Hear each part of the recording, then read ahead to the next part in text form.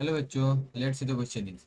The question is the magnetic field shown in the figure consists of two uniform regions. The width of the first part is 5 centimeter and the magnetic in here is 0.001 Tesla.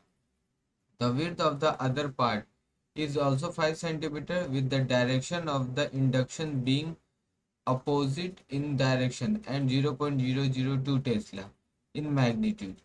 What should be the minimum speed of the electron arriving from the direction indicated in the figure so that it can come out through the magnetic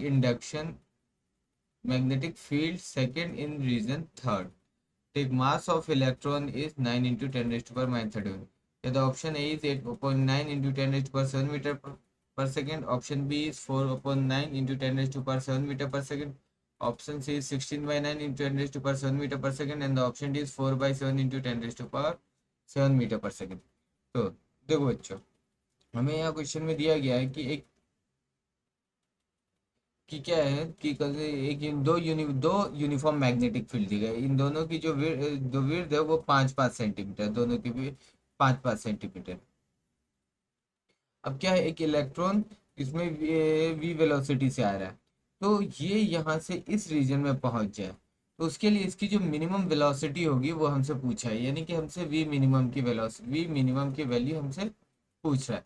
तो देखो, जब भी ये particle इधर आएगा तो क्या होगा, वो इस रीजन में सर्कुलर मोशन करेगा। तो मान लेते हैं उसका जो रेडियस होगा वो R1 होगा for reason one,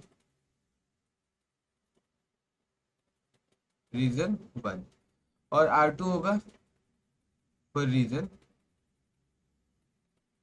reason to के लिए। अब देखो, पार्टिकल इसमें से इस रीजन को क्रॉस कर जाए उसके लिए नेसेसरी जो कंडीशन है वो क्या है कि जो इसकी जो विड्थ है वो 5 सेंटीमीटर है। तो R1 जो होगा, R1 की वैल्यू क्या होगी, वो 5 सेंटीमीटर से ज़्यादा होगी। Same for the reason two की जो R2 होगा उसकी भी वैल्यू कितनी होगी, 5 सेंटीमीटर से ज़्यादा होगी।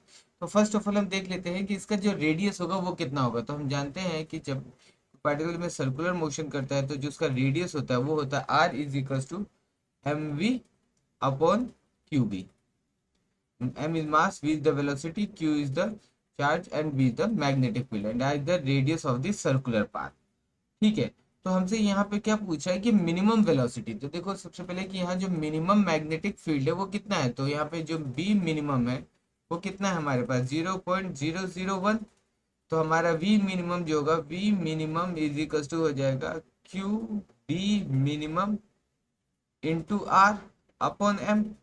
Now put the value and then we get V minimum. तो क्यू की वैल्यू हमारे पास कितनी होगी, वो होगी 1.6 इंटू 10⁻⁻19 इंटू बी की वैल्यू दे रखी है हमें 0.001 और आर की वैल्यू हमारे पास कितनी होगी। तो देखो, ये हमारी मिनिमम वैल्यू है और ये हमारे उससे ज़्यादा है, तो हमारी आर मिनिमम कितनी हो जाएगी, 5 सेंटीमीटर। उसको मीटर में कन्वर्ट करेंगे तो 5 इंटू 10⁻⁻² अपॉन, अब मास कितना हो जाएगा, 9.1 इंटू 10⁻⁻31 के। ओके, तो देखो, अब हम इसको सॉल्व करेंगे तो ये कितना हो जाएगा, 1.6 इंटू, यहाँ से तीन, एक दो तीन और ये दो पाँच, तो 19, 20, 21, 22, 23, 24। तो ये जाएगा 10⁻⁻24 इंटू 5 अपॉन, अभी हमारे 9.1 को हम 9 लिख सकते हैं, 9 और ये ऊपर ले गए तो ये हो गया हमारे पास 10⁻⁻+31। इसको सॉल्व करेंगे तो हमें मिलेगा 8.9 इंटू 10⁻7 मीटर पर second. So the minimum velocity that which electron arriving from the direction is 8/9 into 10⁻7 meter per second। Okay, now let's check the option is. Here the option A is the correct answer, 8/9 in 10⁻7 meter per second। Option B 4/9 10, that is the wrong answer, and the option C 16/9 into 10⁻7, that also is the wrong answer, and the option D is 4/7 in 10, that also is the wrong answer। So the correct answer is option A, best of